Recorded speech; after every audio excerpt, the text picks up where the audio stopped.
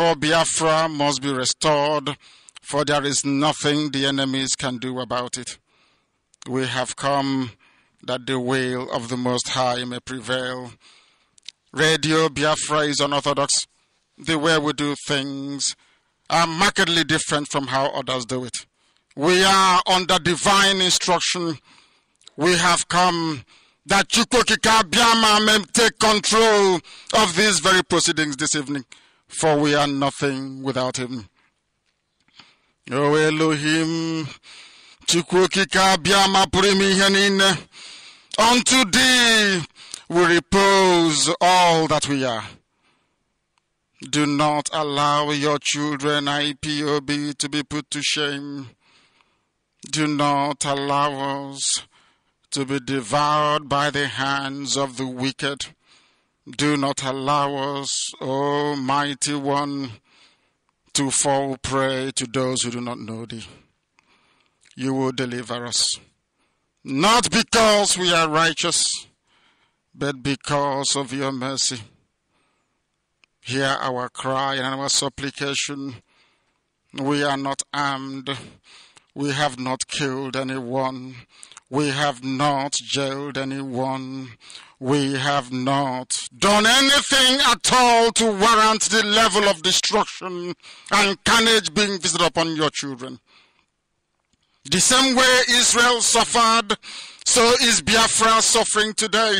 And if you, Elohim, can deliver Israel, so will you deliver Biafra. That is our hope. That is our anchor of everything that we hold dear as a race and as a people. You brought Biafra that light may come into Africa. You gave us hope because we are in a continent of hopelessness. And by thy grace, Biafra shall be restored. We shall be resurrected. We shall crown our efforts with the glory by the grace of the Most High himself. We are not strong. We do not pretend to be strong. All we do is to submit ourselves to your will, that your will may be done upon our lives. We have lost many people. We have lost so many good people. Their sacrifice will never be forgotten. We shall honor them, and for their sake, Biafra will come. Israel lost people, and today Israel is here as a beacon of hope in a land filled with darkness. We beseech thee, O Elohim, because we are wandering all over the world, hoping against every hope that things will turn around for the better. It has never turned around for the better. Instead, it is getting worse. Please do not abandon your children. You have given us a commission, and we must accomplish it in our lifetime. We have come to honor your holy name. We have come to praise thee. We have come to honor thee, that your name may be glorified, adored, and praised forever and ever. Ise.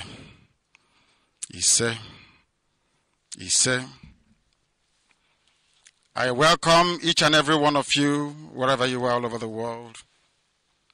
And I ask you to listen very attentively to this very broadcast, because it is very, very important. This is Radio Biafra. You must inform your enemies, because they are very important.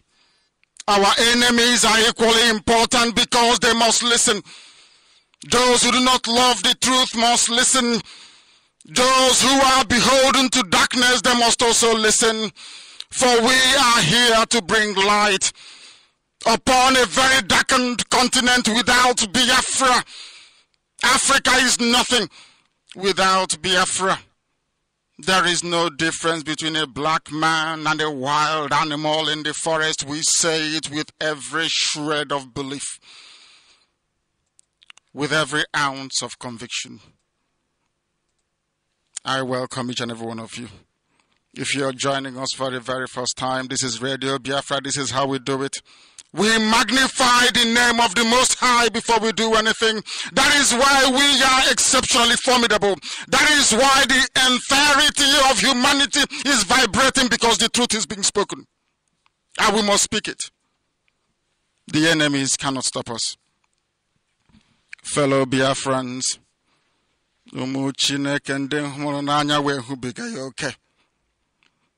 because of you, I am alive. I greet you from the Holy Land of Israel, from the state of Israel that wandered around the globe for 2,000 years. Chukwokika Biam and his infinite mercy restored Israel, and so shall Biafra be restored. It is a covenant between myself and the Most High, and it must come to pass. For when I was in prison, I prayed and I said to Chukwokika Biama, you must bring me to your holy land. I must worship your holy name, and Biafra will be restored. We are not going back. It must be done.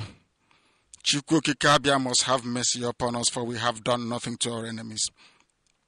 You must all permit me to commence this historic broadcast. You will forgive me if I sound emotional, because we are on a path to redemption that will rewrite the history of mankind. For light must come into the darkness that is Africa, and only Biafra is that hope. There is no other hope anywhere else. You will forgive me if I sound emotional. I love IPOB. I love Biafra. We will keep on sacrificing all that we have until Biafra is restored in truth and every honesty. If there is anybody, if there are any group of people whiter than us, they must come forth. For we are whiter than white and whiter than snow. Nobody can come out. There is no human being that can come out to speak with any degree of certainty that IPOB doesn't represent what it have always said it represents. We are the beacon and we are the light, and Biafra must be restored. It doesn't matter what darkness does. First of all, I must state that for the past 13 months of my unavailability, I have missed you all very dearly. I have received information since I came out that you have all missed me as well, and I'm humbled by that very fact, because you know I will continue to serve thee. All of you, without hesitation, for Biafra is my life. My prayers and my thoughts are with you all. I pray for all of you 7 times every day. Chukwokika Biama is my witness. I pray for IPOB 7 times every blessed day, as I was commanded to do. I have reckoned with your profound dedication to this very struggle and the tribulations that some of you have suffered on account of it. But our cause is noble. Our fight is just, because we believe in liberty. We believe in freedom. We believe in development, and we believe in progress. Before I proceed any further, I have a very humble request to make. May I urge each and every one of you listening all over the world, it doesn't matter if you're in Brazil, if you're in Malaysia, if you're in Indonesia, it doesn't matter if you're in Russia. Those of you listening in the United Kingdom, those in Canada, in the USA, I will ask each and every one of you, wherever you're domiciled, to please stand up if you can. If you're one of our old mothers, people who are infirm, people who are too weak to stand, then you can sit. We must observe a minute's silence in memory of our fallen heroes, those that died not just in 67 to 70, those that have died since the inception of this very monumental and epic struggle to set the children of light free. From 1999, those that died in all the various theaters of protest and prayers, you must all stand up to honor them for 1 minute. We must remember the 28 that sacrificed themselves that I may live at Isiama Faruku. We must honor them. Umu Chineke.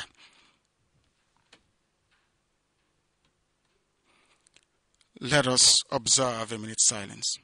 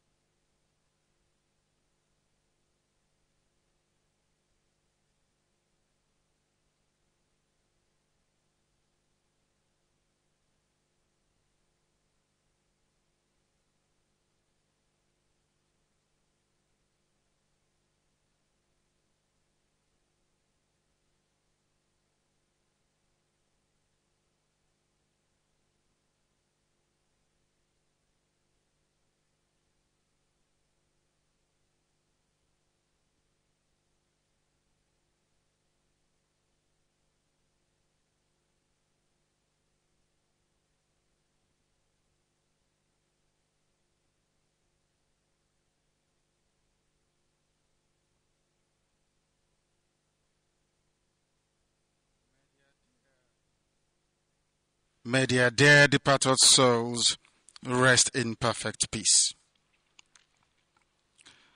I will proceed by greeting IPOB in our usual fashion.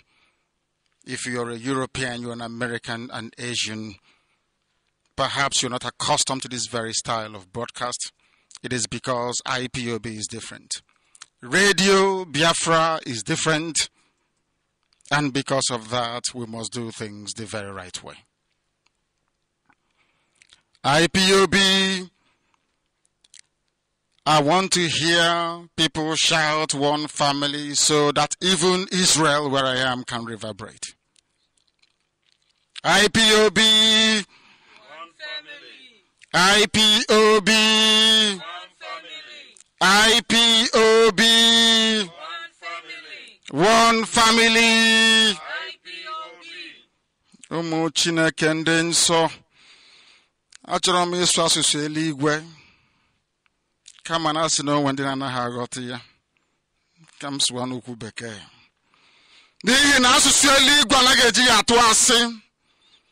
Eziokwu Chineke ka anyị na-agbasa, that the world may know that all we desire is freedom. We have no shred of hatred within us. We are frustrated because the enemy is recalcitrant. They do not understand. They do not wish to understand. But eventually they will. For Biafra must come. I am in Israel. Biafra must come.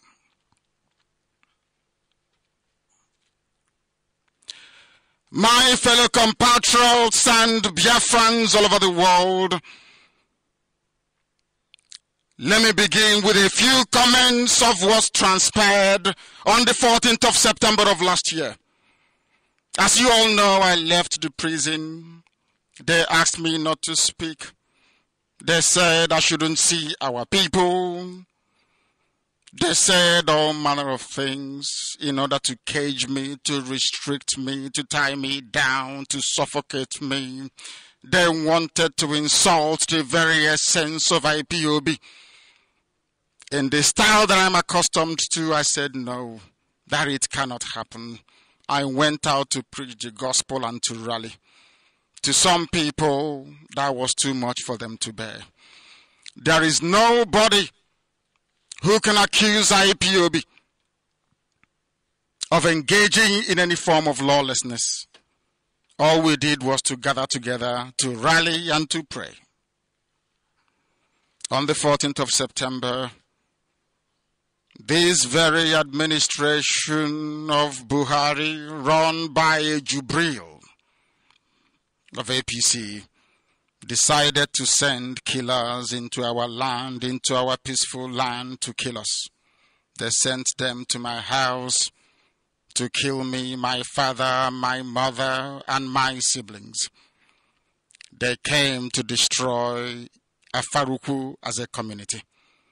2 jets were hovering overhead. They stormed into my house, and I sustained very severe injuries. And in the process of trying to defend me, 28 men fell. They are forever our heroes. That evil is what the murderous Nigerian regime called the Python dance, with their collaborators in Igbo land and elsewhere.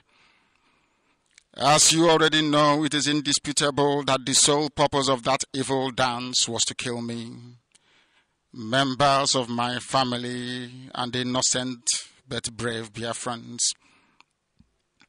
It is trite that there was no justification for such lethal military operation. I was preparing to go to court on the 13th of October. I rallied at Ohafia and I told the powers that be, including Jubril, that I will bring 2 million men to Abuja. They didn't want me to go to Abuja because they had no case against me. They were afraid they would be disgraced before the world. They decided to eliminate me instead. There was no insurrection within IPOB. We resisted Fulani headsmen, murderous onslaught. That's all we did, and we'll continue to do so. We were only being courageous, as Chukwokika Abia commanded us to demand for our self-determination, to ask for a referendum, for our freedom that our forefathers enjoyed before the colonizers came, all without bearing any arms, but armed with only the truth and the courage of our conviction. This was what they sought to suppress by means of fear. They wanted to intimidate us. They wanted to murder us into submission, but they failed comprehensively because we are IPOB and I am Nnamdi Kanu. No mortal flesh can kill me. They've not given birth to that very person, but I shall return, I assure you. I said it in 2015 that I was going back to that very country, and I returned. And if I assure you that I'm coming, you know that I'm coming is definite. Since they didn't want me to come to court, I will come back to Biafra land. They have failed, and they will continue to fail. They can murder us as much as they like, but any day we decide to retaliate, the world shall bear us witness that they provoked us. I thank you all for standing very tall, especially our mothers, those who rallied in Akwa Ibom, those who rallied all over Biafra land, those at Owerri, our mothers who were humiliated by one Fulani man only in Imo State, those that called themselves elders, they kept quiet. As the most prized possession of our people, which is our mothers, our grandmothers, and our daughters, we are comprehensively humiliated. But they are our heroes, and we shall continue to honor them for their bravery and their sacrifice. I thank IPOB all over the world for standing tall and strong against tyranny, against ethnic cleansing. I feel for those in the Middle Belt, and I wish they can rise up to join IPOB, that they too may be free. We are standing against sheer evil and complicity of collaborators within our midst. In the fullness of time, I will tell you the rest and of the story and what I had to undergo, what my family have had to endure, how others survived that very attack, and how IPOB security and intelligence made sure that I was evacuated from my compound. From this very day, let me assure you all that we as a people are determined to ensure that those that carried out the dastardly assault on my compound, my father's home, all of them and their collaborators, even those within Igbo land, will one day be brought to justice. They cannot hide. I am in Israel, and there is just one thing Israel has taught me over the years. It is that they can run, but they cannot hide. And I hope that one day the efficiency of Mossad will be replicated within Biafra intelligence, that all our enemies will be hunted down one after the other and brought to justice. Anybody that shares the blood of one single innocent Biafran will pay very dearly for it. Make no mistake about this. Every IPOB family member that fell must be avenged, all of them one after the other. And I assure you it is going to happen. Don't say I did not warn you. I am grateful to all non-Biafrans and members of the international community and the Committee of Nations who had banded together to condemn the military attacks on my home, on my father's compound, who is a traditional ruler, the desecration of that very stool.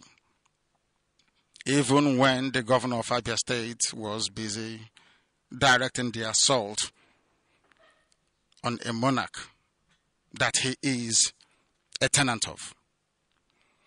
the proscription of IPOB and this listing as a terrorist organization is a farce.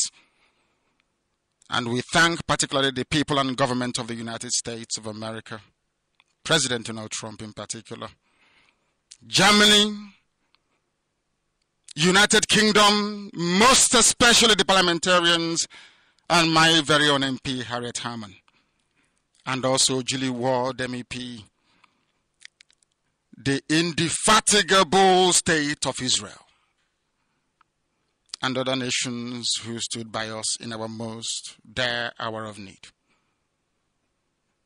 We thank the likes of Evangelist Eliot Uko, those that stood very strong despite all the bribery, despite all the effort to get them to fall by the wayside. They remained with the truth. I also thank Professor Ben Wabeze. He shall be very dear to me, always, all the days of my life. I remember that despite being nearly 84 years old, Chief Mrs. Maria Okwo has remained with the truth. I thank her very much and the entire members of ECA. We also thank Mbazulika Mechi. These people I'm mentioning are very, very good people. Honest, upright people. And I remember Archbishop Anthony Obinna, Archbishop Anikwenwa, and a few others. I must also remember what the ex-governor of Ekiti State is going through, Governor Ayo Fayose. And I wish to tell him this evening that I and all Biafrans stand with him in this hour of persecution by this same axis of evil that is persecuting Biafrans. I remember Asare Dokubo for being a brother, a very dear brother. We shall see Biafra together. You must also permit me to thank all the people that had the courage to speak out in defense of the truth and in condemnation of evil. Our team of barristers, led by Ifeanyi Ejiofor, and our special counsel, the very knowledgeable barrister Lawyer Jimako, they have waged a very stellar legal war, both domestic and international, to see that justice is done to IPOB and its family members. We don't have members, we have family members. I thank all my shorties for sticking with me and fighting very hard to make the case that my unavailability was not voluntary but was forced upon me. And the court, this same court that granted me bail, stood idly by and watched as the army disobeyed court order after court order. The army, in contempt of court, came to kill me. Some of their media friends cleverly forget this very fact. I was in my home preparing to go to Abuja for my case, and they came to kill me. They even killed Jack, our dog. They killed my cousin, Adako, and 28 others that died that very fateful day. Senator Abaribe is a very brave man, and may Chukwuokike Abia bless him. Mr. Uchendu, very strong and resolute, and our high priest, our rabbi, Oka Ben Madu, all that stood shorty for me. I am humbled for what you have passed through on my account. Your names will be written in gold in the course of time. Regarding my legal case and the lies being peddled by some segments of APC-friendly media, the consequences of my unavailability is as a result of the persecution the Nigerian state have levied against me and against the movement of IPOB. Let me make this very loud and clear. The notion that I jumped bail is a fallacy, a lie, and a deceit. It is untenable in law. Jumping bail, as anyone that has rudimentary understanding of law, has to be intentional. It has to be out of somebody's volition. It has to be out of a conduct that the person is well aware of before time. In my case, on the part of the accused, what happened to me in September of last year, on the 14th of September to be precise, is better witnessed than imagined or recounted. The video is all out there if you want to see it. I went to a half year, as I recounted earlier, ready to appear in court the next month. They know I'm not afraid of them and can never be. They are the ones who are afraid of me. They are afraid of IPOB. When all of a sudden, the Nigerian state terrorist apparatus was unleashed on me and my family with intention to kill me. Sadly and very sadly, some segments of Nigerian media have chosen to play this down or to ignore it. Sometimes they comment and say, allegedly. How sad for journalism. Their intention was to kill me, to ensure that I didn't make it to court. They know if I go to court, that very country will no longer be the same again. To cover their shame, they hastily arranged to kill me. They asked me to call off Anambra election boycott, and I said no. I told Southeast governors I will not call it off until you bring me something tangible from Abuja. Go and get me a date for a referendum, then I will call off the boycott. There was no date for a referendum. There was nothing tangible at all about devolution. You want me to call off boycott? And I said no. They arranged to have me killed. If Nnamdi Kanu is killed and out of the way, then they can continue to enjoy their one Nigeria. They didn't want me to make it to court to prove my innocence, to prove that they have no case against me. As I told them then and I tell them now, Nigeria cannot jail me. I will fight this very case. When that failed, they deployed every mischief to frustrate every effort I made to get this very case going. Part of their strategy was to ensure that the court would hold no hearings on the peculiar circumstances of my unavailability.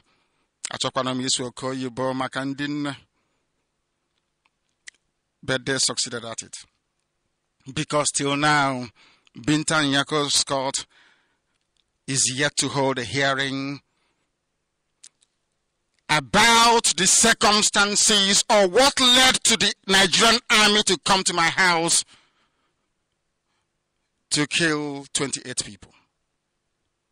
I make bold to state that my first unavailability deserves an evidentiary hearing in a competent court of law, not in a kangaroo court, where all the details will be ventilated to determine the legal impact of that very attack on my ability to make myself available to the court as required.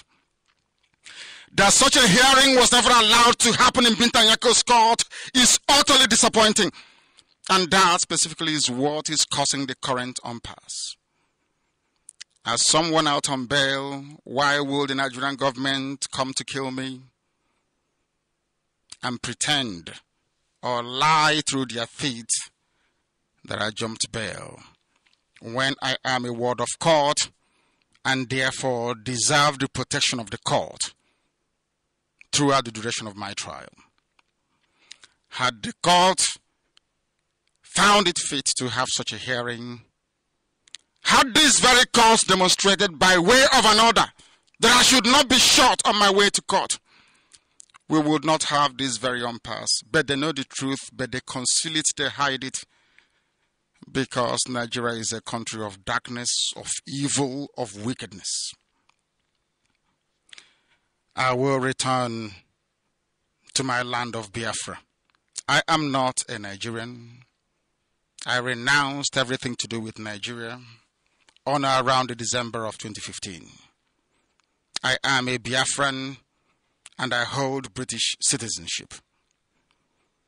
Only upon a clear pronouncement of the intentions of that very court, which I suggest to them, should be free of any interference from the executive, will this very case move forward. The circumstances surrounding the invasion of my house, the invasion of the home of His Royal Majesty, Eze Israel Okukan. You must know that my father's name is Israel, and it means a lot. Going forward, there must be guarantees by the international community so that this case can proceed, and I will prove once and for all that there is something fundamentally wrong with the brain of those that run Nigeria, because I will demolish them in a court of law. For now, let me restate my position that I committed no offenses known to law. What they are charging me with doesn't exist, and they know it. I have no weapon. My only weapon is a microphone. And my courage that Chukwu Abia gave me. But it's up to those who persecute me to see reason to call their troops home.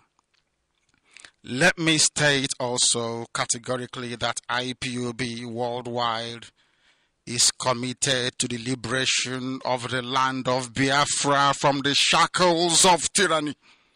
And we will not relent until a referendum is conducted. If you want us to do anything with you, if you want us to conduct any form of participation in whatever it is that you're doing, there must be a referendum to decide the quest for self-determination for Biafrans. That is our red line. It is not negotiable. We intend to achieve our goal through any means recognized by national and international laws. My fellow Biafrans, my compatriots, please indulge me to sincerely thank the State of Israel, the persecuted Jewish community in Biafra land, and Israel, and worldwide, who through their prayers and actions contributed in no small measure in assuring my physical safety and well-being. May Chukwu Abia bless the land of Biafra. May Chukwu Abia bless the land of Israel. Our destiny is before us, and nothing is going to alter that very path. Southeast and South-South are one. There is nothing like Niger Delta. There is nothing like South-South. There is nothing like Southeast. All we have is Biafra. Our mothers in Akwa Ibom protested. Our mothers in Iguacha protested and are still protesting. Okonko is an Annan culture. Abariba people are descended from Akwa Ibom, Ibibio land. Ekpe is of Efik culture. But you find all these things in Igbo land. The divide and rule tactics of the colonial era and the internal hegemonic tendencies of Kowari One North have perpetuated these historical distortions. Onwegi ihe ọbụla ndị iro pụrụ ime. Ekwensu na-agba mgba n'efu. IPOB stands on the truth. We do not move from our position. And our position is very simple. Without referendum, nothing will happen. They are registering little children in the north as usual. They are doing all they can to hold the people down in bondage. IPOB will not participate in such charade. It is not possible. We are civilized people, and we play by civilized rules. There is nothing anybody can do to dissuade IPOB from following this path of total liberation of the land of Biafra. It is sacrosanct. It is not negotiable. My fellow Biafrans, as I've always said to you before, and I will continue to reiterate, those of you that stayed the course during my absence, my enforced absence, those of you who diligently pursued the path of truth and of hard work and of discipline and application will be rewarded with the coming of a free Biafra. We are not like other people, because as I once reminded you before we came, there was nobody like us. Now that we are here, they pretend, they copy, they emulate, they fabricate falsehood, but they can never be like us. Long after we are gone, they will wish we lived forever. IPOB is very special, exceptionally special, the largest mass movement in the whole world bar none. And we did it because Chukwokika Abiyama is with us. We did it because Chukwokika Abiyama created IPOB himself. And we are here to pilot its affairs. We will not prevaricate. We will not stop. We will not slumber until Biafra is fully restored to its former glory. Anybody in doubt as to our resilience and our determination to restore Biafra is not only mistaken, not only misguided, but needs to see a psychiatrist, because we are not stopping. I am Nnamdi Kanu, and I don't stop until I get what I want.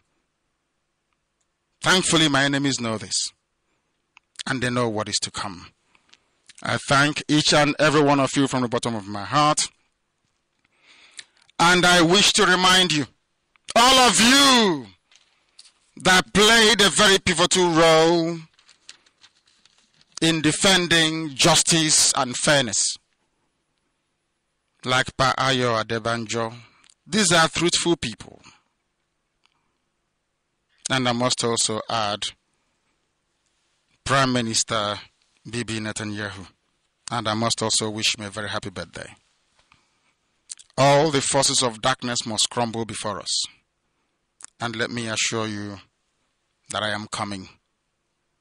I am coming, and nothing can stop Biafra from re-emerging. Absolutely nothing. Let me close by saying this. Everybody should pay particular attention.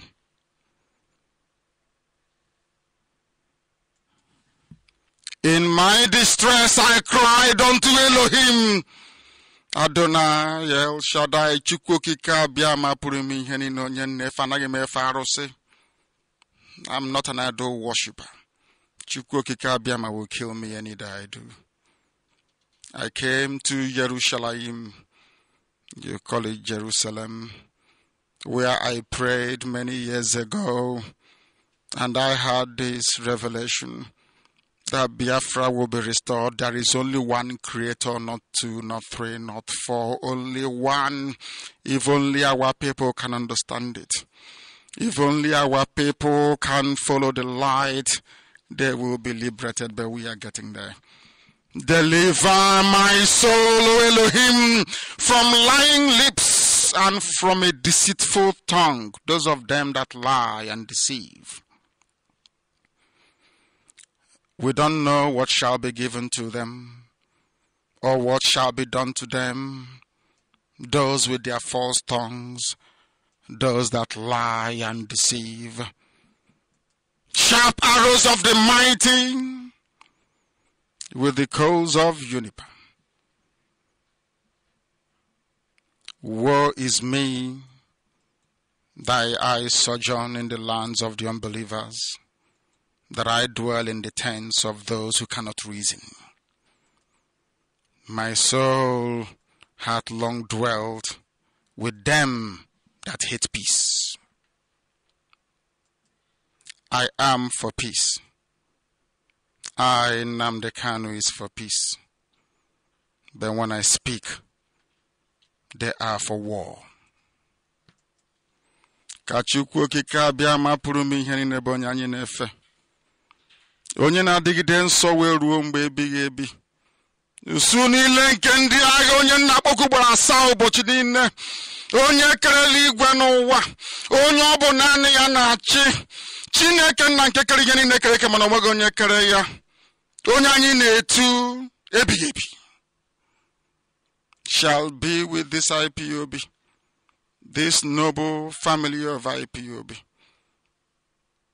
till the restoration of Biafra and beyond. All this I pray in the name of the Most High that liveth forever, Hashem, now and forevermore. Ise, Ise, Ise. My dear and fellow Biafrans, I have returned full time and I am coming back, and I will bring hell with me. Thank you very much. Remain blessed wherever you are.